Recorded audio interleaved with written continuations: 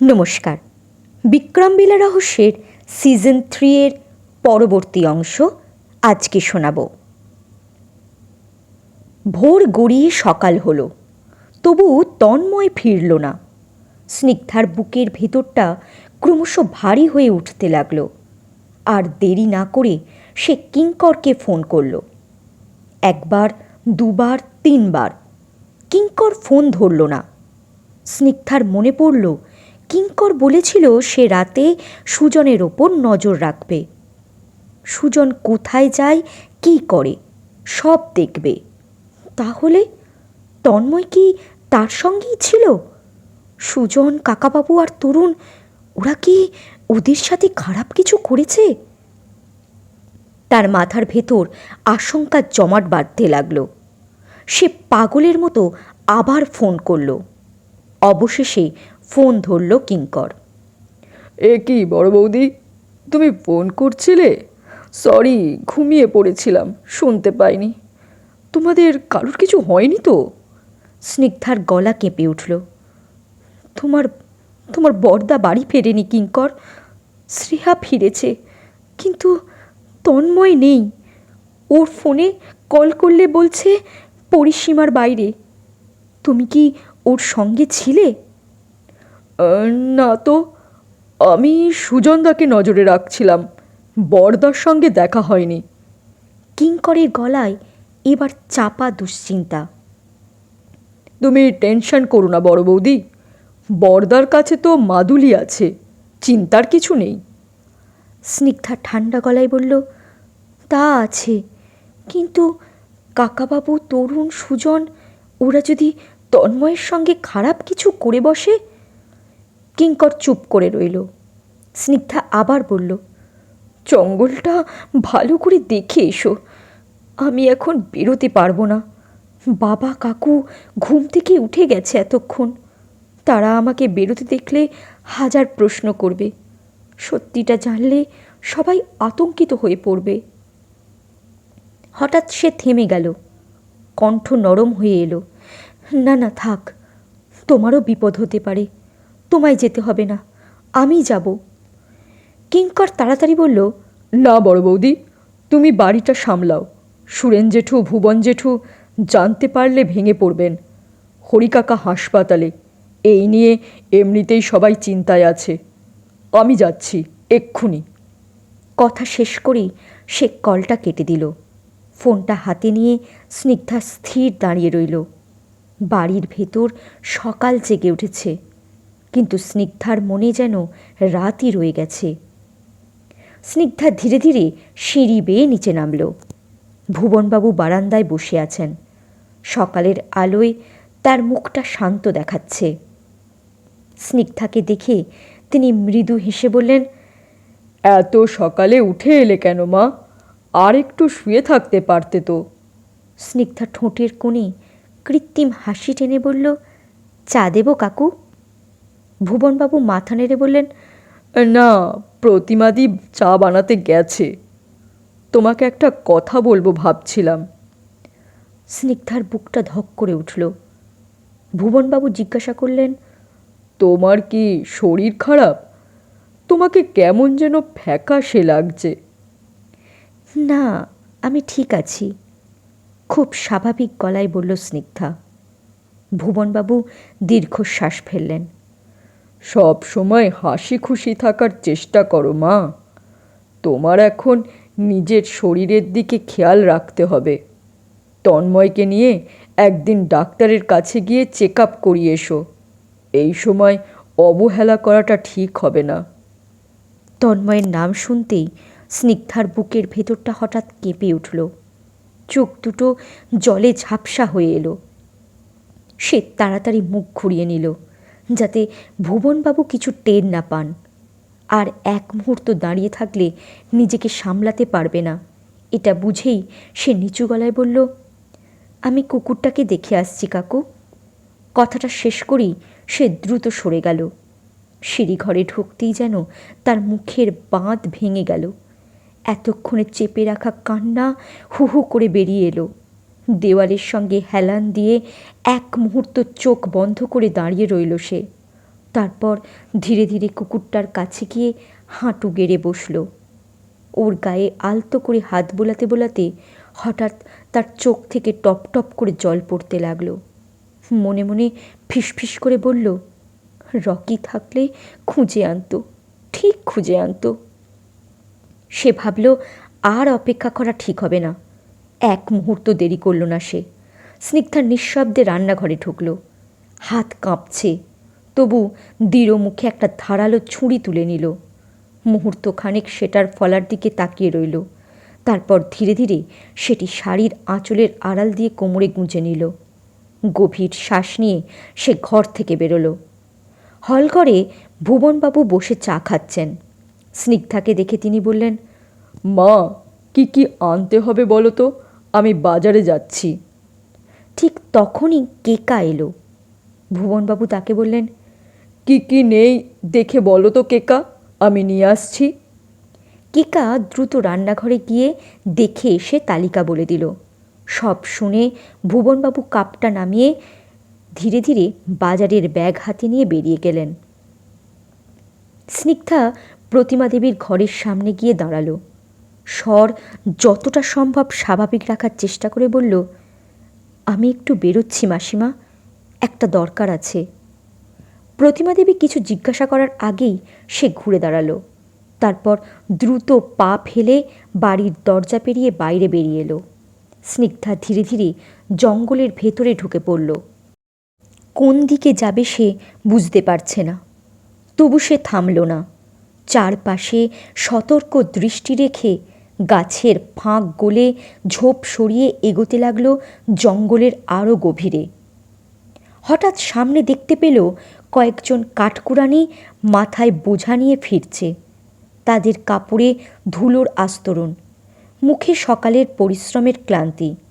স্নিগ্ধাকে দেখে তারা থমকে তাকালো। একা ভদ্রঘরের এক মহিলা এমন জঙ্গলে কেন? তারা পাশ কাটিয়ে যাওয়ার সময় স্নিগ্ধা সাহস করে একজনকে জিজ্ঞাসা করল, বিক্রমভীরার বড় ছেলে তন্ময়কে চেনেন? তাকে কি জঙ্গলে কোথাও দেখেছেন? একজন মধ্যবয়স্কা মহিলা থামলেন, কপালের আঁচলটা ঠিক করে বললেন, চিনি, তবে জঙ্গলে দেখিনি। তুমি তো তন্ময় দাদাবাবুরই বউ, তাই না? এখানে কি করছো মা? জঙ্গলের অবস্থা এখন ভালো নয়, যাই হোক বাড়ি ফিরে যাও। কথাগুলো বলার সময় তার চোখে অদ্ভুত সতর্কতা। স্নিগ্ধা মৃদু গলায় বলল, ধন্যবাদ। তারপর আবার এগিয়ে গেল। পিছনে কাঠকুড়ানিরা একবার ঘুরে তাকালো তার দিকে। নিজেদের মধ্যে কি যেন চাপা গলায় বলতে বলতে তারা গাছের আড়ালে মিলিয়ে গেল। স্নিগ্ধা এবার আরও গভীরে ঢুকে গেল। চারপাশ নিস্তব্ধ, শুধু ঝিঁঝি পোকার ডাক আর দূরে কোথাও অচেনা পাখির আওয়াজ। সে এই জঙ্গলে আগে অনেকবার এসেছে, কিন্তু এদিকটাতে আসেনি। সে হাঁটতে হাঁটতে বারবার নিচের দিকে তাকাচ্ছে। মাটিতে, শুকনো পাতার স্তূপে, গাছের গোড়ায় কোথাও কোনো চিহ্ন আছে কি? তন্ময়ের পায়ের জুতো, রক্তের দাগ, তন্ময়ের টর্চ, মোবাইল, নাকি অচৈতন্য তন্ময়? তার বুকের ভেতরটা টনটন করে উঠছে। প্রতিটা পদক্ষেপে মনে হচ্ছে এই জঙ্গল যেন কিছু লুকিয়ে রেখেছে, আর সে আজ সেই লুকোনো সত্যটাকেই খুঁজতে এসেছে। সে জানে না তার ঠিক কয়েক হাত দূরেই এক বীভৎস যন্ত্রণার নরক সজাগ হয়ে উঠেছে। তন্ময় মাটির গভীরের গলার নিচ পর্যন্ত প্রথিত। অসহ্য গরমে তার ঘাম চোখে জ্বলছে। কপাল বেয়ে আসা নোনা ঘাম তার চোখের কোণে আর কপালের ক্ষতস্থানে পড়ে তীব্র জ্বালা ধরাচ্ছে। মাটি আর পচা পাতার স্তূপের নিচে তার শরীরটা ঘামছে, কিন্তু হাত নাড়ানোর উপায় নেই। সেই ঘামে ভেজা শরীরে কামড়ে ধরেছে নাম না জানা পোকা। এক অসহ্য চুলকানিতে তার প্রতিটি স্নায়ু যেন ছিঁড়ে যাওয়ার উপক্রম হয়েছে। শত শত কেঁচো তার গায়ের ওপর দিয়ে কিলবিল করে যাতায়াত করছে। কয়েকটা কেঁচো তার চিবুক বেয়ে নাকের ছিদ্রে ঢোকার চেষ্টা করছে। তার মাথায় ও কপালে কয়েকটা মাকড়সার জাল বুনছে। মনে হচ্ছে জঙ্গলটা তাকে জ্যান্ত অবস্থাতেই গ্রাস করে নিচ্ছে। হঠাৎ এক তীব্র দহনে তন্ময়ের সারা শরীর কেঁপে উঠল। একটা কালো কুচকুচে বিছে তার ঠোঁটের ঠিক নিচে সজোরে হুল ফুটিয়ে দিয়েছে। মুহূর্তের মধ্যে জায়গাটা ফুলে উঠল। বিষের জ্বালা আগুনের স্রোতের মতো তার স্নায়ুতে ছড়িয়ে পড়ল। সে যন্ত্রণায় চিৎকার করতে চাইছে, কিন্তু মাটি তাকে লোহার খাঁচার মতো চেপে ধরেছে। তার ফুসফুস থেকে বাতাস বেরোনোর পথ পাচ্ছে না। শুধু এক অস্ফুষ্ট গোঙানি তার গলার ভেতরেই গুমড়ে মরছে। ঠিক সেই মুহূর্তে গাছপালার ঘন পাতার ফাঁক দিয়ে তন্ময় দেখল এক মানবী মূর্তি, স্নিগ্ধা। তন্ময়ের অন্ধকারচ্ছন্ন মনে হঠাৎ আশার এক তীব্র বিদ্যুৎ খেলে গেল। সে দেখল স্নিগ্ধা খুব কাছ দিয়ে যাচ্ছে, কিন্তু তার নজর নিচু হয়ে মাটির দিকে। তন্ময় তার সর্বশক্তি দিয়ে ডাকার চেষ্টা করল, স্নিগ্ধা। কিন্তু তার গলার তীব্র ব্যথা আর চোরাবালির চাপে তার কণ্ঠ রুদ্ধ। কোনো শব্দ বেরোলো না। বিষের ঘোরে তার চোখের সামনে সব ঝাপসা হয়ে আসছে। সে দেখতে পাচ্ছে তার শেষ আশাটুকুও ধীরে ধীরে দৃষ্টির আড়ালে চলে যাচ্ছে। তন্ময় ঝাপসা চোখে শেষ শক্তিটুকু জড়ো করে তাকিয়ে আছে স্নিগ্ধার দিকে। একবার, শুধু একবার যদি সে মুখ তুলে চায়। মৃত্যুর হিম শীতল স্পর্শ সে টের পাচ্ছে, তবু তার হৃৎপিণ্ড উন্মুক্তের মতো ধুকফুক করছে স্নিগ্ধাকে আর একবার দেখার আকাঙ্ক্ষায়। কাদার তলায় চাপা পড়া হাত দুটো ওপরে তুলতে সে প্রাণপণে চেষ্টা করল। মাটির চাপ আর বিষের দহন তার শরীর ছিঁড়ে ফেলেছে, তবু সে হার মানল না। হঠাৎ তার মাথার পিছনের ঝোপ থেকে একটা পাখি তীক্ষ্ণ স্বরে চিৎকার করে উঠল। স্নিগ্ধা থেমে গেল। তন্ময়ের বুকের মধ্যে বিদ্যুতের মতো আশার ঝলক ছুটে গেল। এবার সে ফিরবে। সে আবার ডাকতে চাইল। নীলচে হয়ে আসা ঠোঁট কেঁপে উঠল, স্নিগ্ধা। কিন্তু স্বর বেরোলো না। শুধু রক্ত মেশানো লালা গড়িয়ে পড়ল চিবুক বেয়ে।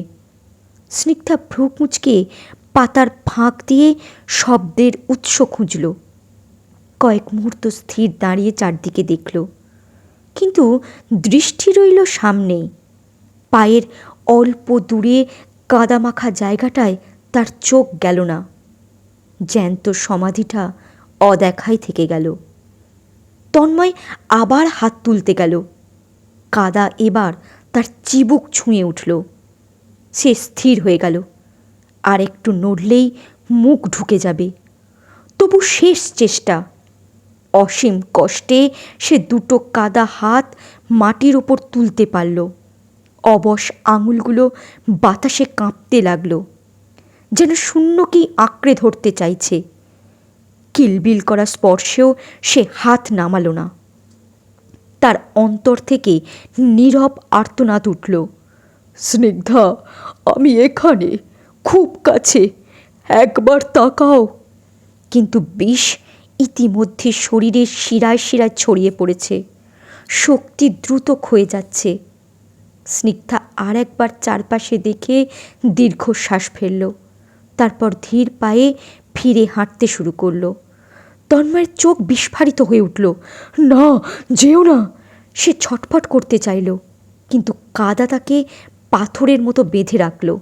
যন্ত্রণায় তার স্নায়ু অবশ হয়ে আসছে। গাছপালার ফাঁক দিয়ে দেখতে পেল স্নিগ্ধার লাল আঁচল ধীরে ধীরে আড়ালে মিলিয়ে গেল। জঙ্গলের স্তব্ধতা যেন তন্ময়কে ব্যঙ্গ করে হেসে উঠল। শেষবারের মতো স্নিগ্ধার অবয়বটা চোখে ভেসে উঠল। তারপর চারদিক অন্ধকারে ঢেকে গেল। তন্ময়ের চোখের কোণ থেকে গড়িয়ে পড়া উষ্ণ অশ্রুবিন্দু বিচ্ছের দংশনের ফুলে ওঠা জায়গায় ছুঁয়ে কাঁধার ভেতর হারিয়ে গেল। স্নিগ্ধা হাঁটতে হাঁটতে খালের ধারে এসে দাঁড়ালো। ভালো করে এদিক ওদিক তাকালো। সন্দেহজনক কিছুই চোখে পড়ল না। সে সেখান থেকে সরে অন্যদিকে যেতে লাগলো। একটু দূরে গাছপালার ফাঁক দিয়ে কিঙ্করকে দেখতে পেয়ে দ্রুত তার দিকে এগিয়ে এলো। কিঙ্কর তাকে দেখে বলল, বড় বৌদি, তুমি এসেছো? বরদার কোনো জিনিসই খুঁজে পেলাম না। আমার তো মনে হচ্ছে রাতে প্রাণকৃষ্ণবাবুরা বরদাকে ধরে কোথাও নিয়ে আটকে রেখেছে। কথাটা শুনে স্নিগ্ধার বুক কেঁপে উঠল। কিঙ্কর আবার বলল, ওরা হয়তো আগে থেকেই ওঁত পেতেছিল, বরদা জঙ্গলে ঢুকতেই ধরে নিয়ে গেছে। স্নিগ্ধা চমকে তাকালো। এই আশঙ্কা তারও মাথায় ঘুরছে। সে ধীর গলায় বলল, ওর সঙ্গে খারাপ কিছু করেনি তো? জানি না বড় বৌদি, সুজনদা রাতে কয়েকজনের সঙ্গে মদ খেয়ে ঘরে চলে গিয়েছিল, সে জঙ্গলে ঢোকেনি। স্নিগ্ধা গভীর শ্বাস নিল। পুরো জঙ্গলটা খুঁজতে হবে। আমার মন বলছে কিছু একটা হয়েছে। খালের ওপারেও দেখতে হবে। টর্চ, মোবাইল কিছু না কিছু তো পড়ে থাকার কথা। চলো শ্মশানের দিকটা দেখি। দুজনে শ্মশানের দিকে হাঁটতে লাগলো। শ্মশানের কাছাকাছি জঙ্গলের ভেতর খগেন শুকনো ডাল কুড়াচ্ছে। তাকে দেখে স্নিগ্ধা থেমে ফিসফিস করে বলল, ওই বৃদ্ধ কাকাবাবুদের দলের নয় তো? কিঙ্কর একটু তাকিয়ে দেখে মাথা নেড়ে বলল, না না, ও খগেন দাদু। সেদিন শ্মশানে বরদার মাথায় ডাল ভেঙে পড়েছিল, দাদুই সেটা ধরে বাঁচিয়েছিল। বরদার নিজেই সে কথা বলেছিল। স্নিগ্ধা বিস্মিত গলায় বলল, ও, উনি সেই বৃদ্ধ? এই সময় খগেন তাদের দিকে তাকালো। চোখ দুটো অস্বাভাবিকভাবে বড় হয়ে আছে, নাকি আলো ছায়ার ভুল? কিঙ্কর এগিয়ে গেল। স্নিগ্ধাও একটু ইতস্তত করে তাদের সঙ্গে হাঁটল। কিঙ্কর বলল, দাদু, কাঠ কুড়োচ্ছ? স্নিগ্ধা হাত জোর করে নমস্কার করল খগেনকে। খগেন কর্কশ গলায় বলল, তোমরা এখানে কি করছো জঙ্গলে? স্নিগ্ধা স্বাভাবিক ভঙ্গিতে উত্তর দিল, এমনি জঙ্গলটা দেখতে এসেছি। খগেন ভ্রু কুঁচকাল। ভেতরে ঢুকে দেখার কিছু নেই, বাড়ি যাও। কিঙ্কর বলল, হ্যাঁ, যাচ্ছি। তারা শ্মশানে গেল। ধোঁয়ার হালকা গন্ধ ভাসছে বাতাসে। পুড়ে যাওয়া কাঠের কালচে ছাই মাটিতে ছড়িয়ে। শ্মশানের ঠিক পাশেই জঙ্গলের ধারে একটি মাটির ভাঙাচোরা বাড়ি। বাড়িটার দিকে তাকিয়ে স্নিগ্ধা থেমে গেল। চলো ওই বাড়িটার ভেতরে দেখি, তন্ময়কে সেখানে আটকে রেখেছে কিনা। কিঙ্কর অবাক হয়ে বলল, ওটা খগেন দাদুর বাড়ি, দেখছো না ভাঙাচোরা, ওখানে কেন রাখবে? স্নিগ্ধার চোখ বাড়িটার ওপর স্থির। রাখতেও তো পারে, এমন জায়গায় যেখানে কেউ খুঁজবে না। আর আমার এখন কাউকেই বিশ্বাস হচ্ছে না। শেষ কথাটা বলেই সে দ্রুত এগিয়ে গেল। বাড়িটার কাছে যেতেই জায়গাটা আরও নির্জন মনে হলো। একটা ছোট্ট ঘর, সামনে সরু বারান্দা। বারান্দার বাঁশের বেড়ের দরজার আধ খোলা। ঠেলে ভেতরে উঠতেই কাঠের দরজাটা চোখে পড়ল। বাইরে থেকে ছিটকিনি, তালা দেওয়া নেই। স্নিগ্ধার বুক ধরফর করতে লাগলো। সে এক মুহূর্ত থেমে রইল, তারপর আস্তে করে ছিটকিনি খুলল। দরজাটা কট করে শব্দ করে খুলে গেল। ভেতরটা অন্ধকার। ঘরের কোণে একটা মাটির হাঁড়ি, খেজুর পাতার মাদুর, দেওয়ালে ঝুলছে ছেঁড়া গামছা আর টুকটাক কিছু জিনিসপত্র। ঘরে কেউ নেই। স্নিগ্ধা কিছুক্ষণ স্থির দাঁড়িয়ে রইল, যেন ফাঁকা ঘরটা তাকে চুপ করে দেখছে। হঠাৎ শ্মশানের দিক থেকে মানুষের গলার আওয়াজ ভেসে এলো। কয়েকজন লোক মৃতদেহ নিয়ে এসেছে। শোকে স্তব্ধতা আর পায়ের ধূপধাপ শব্দ বাতাসে ভেসে এলো। কিঙ্কর ফিসফিস করে বলল, বড় বৌদি, চলো, লোকজন দেখে ফেলবে। স্নিগ্ধা তাড়াতাড়ি ঘর থেকে বেরিয়ে এলো। দুজনে দ্রুত সরে গিয়ে আবার জঙ্গলের ভেতর ঢুকল। কিছুটা দূরে এসে কিঙ্কর বলল, তুমি বাড়ি যাও বড় বৌদি, আমি দুপুরে আবার এসে খুঁজব। এমনও তো হতে পারে বর্দা কোনো তান্ত্রিকের খোঁজে কোথাও গেছে, হয়তো কোনো সূত্র পেয়েছে, মোবাইলে নেটওয়ার্ক নেই বা চার্জ শেষ, তাই জানাতে পারছে না। স্নিগ্ধা স্থির চোখে কিঙ্করের দিকে তাকিয়ে রইল। কিছুই বুঝতে পারছি না ভাই, কিছুই না। বাড়ি গিয়ে কি বলবো সবাইকে? কোথায় গিয়েছিলাম, কেন গিয়েছিলাম, তন্ময় কোথায়? ওরা যদি জানতে চায় কি উত্তর দেব? তার গলা কেঁপে উঠল। থানায় নিখোঁজ ডায়েরি করব কি? মাথা কাজই করছে না। কিঙ্কর একটু ইতস্তত করল। আর একটু দেখা যাক বড় বৌদি, যদি বর্দা নিজেই ফিরে আসে। স্নিগ্ধা কিছু বলল না, শুধু মাথা নেড়ে ধীরে ধীরে হাঁটা দিল। দুশ্চিন্তায় ডুবে থাকতে থাকতে সে বিক্রমভিলার সামনে এসে দাঁড়ালো। গেটের সামনে থেমে একবার গভীর শ্বাস নিল, মুখের অস্থিরতা মুছে ফেলার চেষ্টা করল, চোখ দুটো স্বাভাবিক করল, যেন কিছুই হয়নি, সব ঠিক আছে। তারপর গেট ঠেলে ভেতরে ঢুকে বারান্দার দিকে এগিয়ে গেল। ঠিক সিঁড়ির কাছে এসে তার পা থেমে গেল। বারান্দার বাইরের সিঁড়িতে দাঁড়িয়ে আছে সেই পুতুলটা, স্থির, নিঃশব্দ, কাঁচের চোখ দুটো যেন সোজা তার দিকেই তাকিয়ে। পুতুলটার ঠিক পাশে মিষ্টি চুপচাপ বসে আছে, অস্বাভাবিক শান্ত হয়ে। স্নিগ্ধার চোখ পুতুলটার ওপর আটকে গেল। পুতুলটার ঠোঁট একটু বাঁকল, একটা নিষ্ঠুর নিঃশব্দ হাসি ফুটে উঠল তার মুখে। স্নিগ্ধার বুক কেঁপে উঠল। তার মাথায় ঝড়ের মতো ফিরে এলো বিশুতান্ত্রিকের কথা। এখন শান্ত থাক, তোরা যত নড়াচড়া করবি ওরা তত ক্ষিপ্ত হবে। সে তো পুতুলটাকে ছিঁড়ে ফেলে পোড়াতে গিয়েছিল, মাটির তলায় পুঁতেও দিয়েছিল। তাহলে তাহলে তন্ময়ের সঙ্গে যা হচ্ছে তার জন্য কি সে নিজেই দায়ী?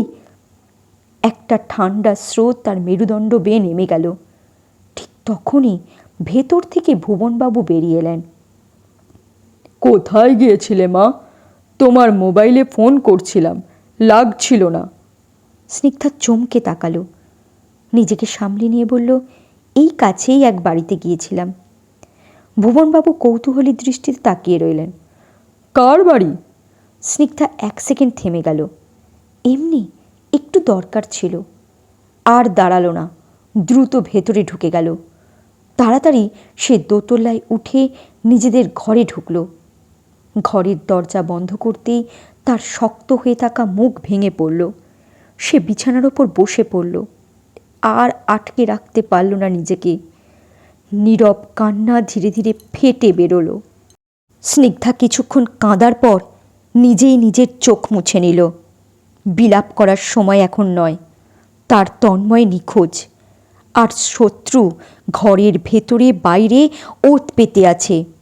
সে মনে মনে নিজেকে শক্ত করল, যতক্ষণ শ্বাস আছে আমি হাল ছাড়ব না। এই পরিবারকে বাঁচানোর দায়িত্ব আমার। হঠাৎ তার সামনে ভেসে উঠল পুতুলটা সেই অদ্ভুত বাঁকা হাসি। একটা শীতল স্রোত বয়ে গেল তার শরীর জুড়ে। রাতে তন্ময় বাড়ি ঢোকার পর তারপর কি কিছু হয়েছিল?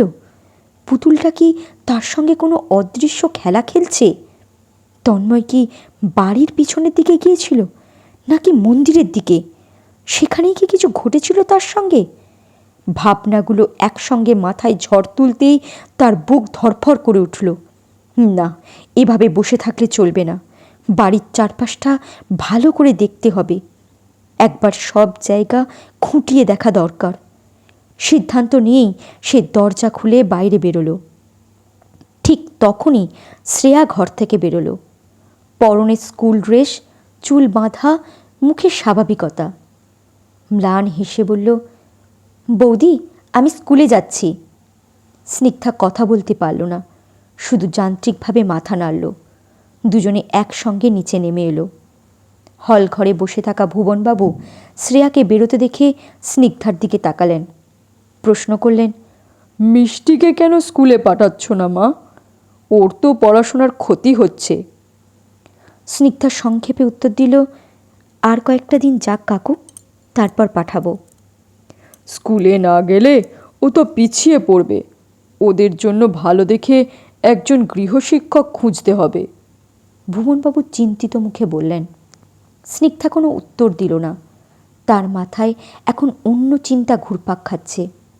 ভুবনবাবু আবার বললেন, প্রতিমাদি বলল তুমি নাকি সকাল থেকে দানা পানি কিচ্ছু মুখে দাওনি। প্রতিমা দেবী নিজেও তোমার জন্য না খেয়ে বসে আছে।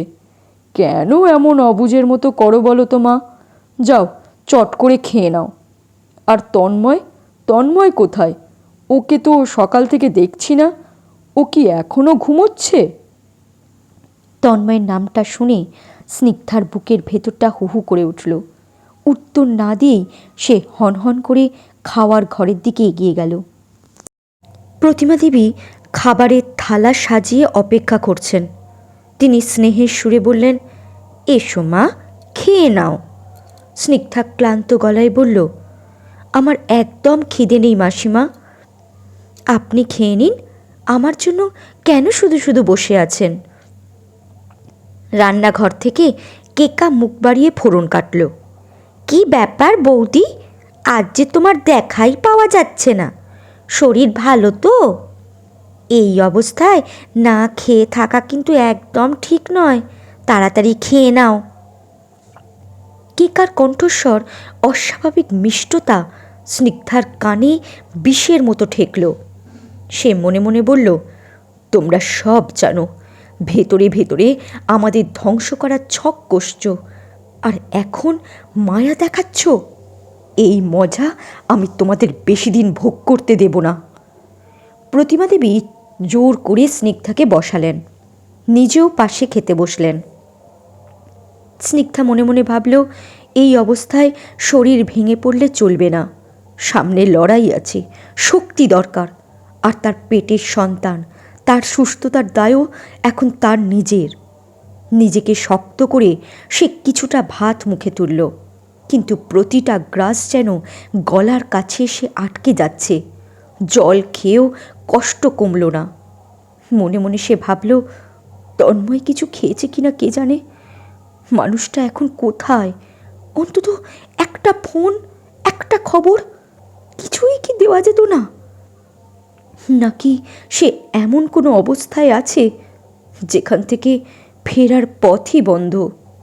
এই ভাবনার ঘূর্ণিতে পড়ে সে আর খেতে পারল না। অর্ধেক থালা রেখেই হাত ধুয়ে উঠে দাঁড়ালো। তার চোখ দুটো আগুনের মতো জ্বলছে। শাড়ির আঁচলে হাত মুছে দ্রুত পায়ে বেরিয়ে গেল বাড়ির পিছনের দিকে। প্রথমে চারপাশটা ভালো করে দেখল। ঝোপঝাড়, দেওয়ালের ধারে মাটি, পায়ের ছাপের চিহ্ন, রক্ত, তন্ময়ের মোবাইল, টর্চ বা অন্য কিছু পড়ে আছে কিনা।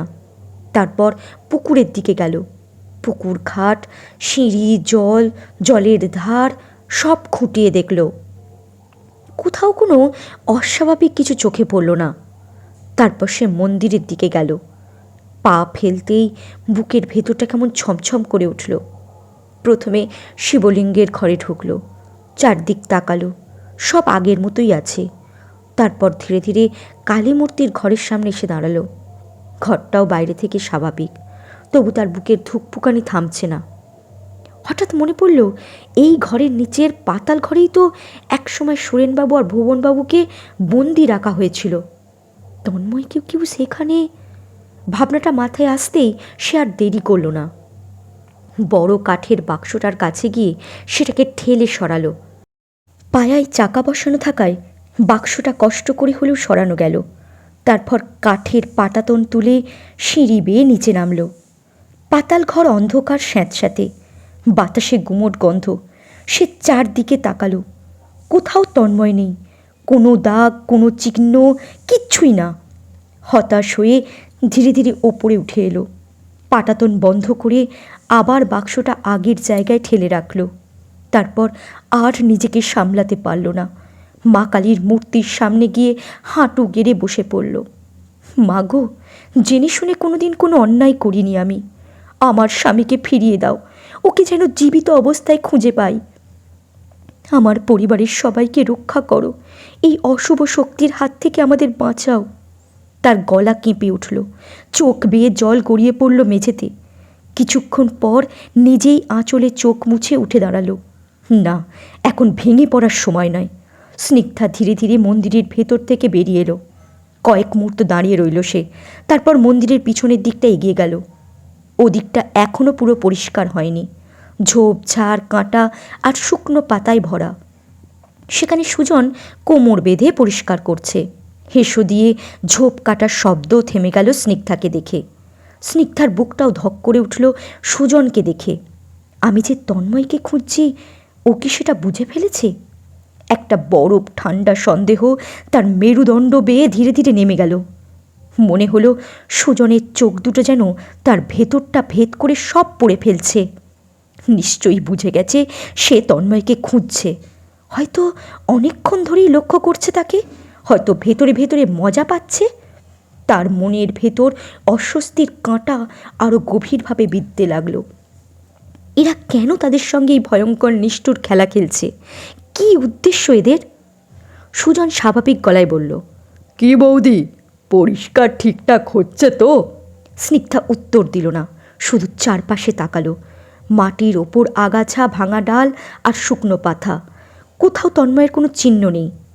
সে ধীরে ধীরে বাড়ির দিকে ফিরতে লাগলো, কিন্তু সোজা রাস্তা দিয়ে নয়, একটু সরে গাছপালার ভেতর দিয়ে হাঁটছে। হাঁটতে হাঁটতে নিচের মাটিটা খুঁটিয়ে খুঁটিয়ে দেখছে।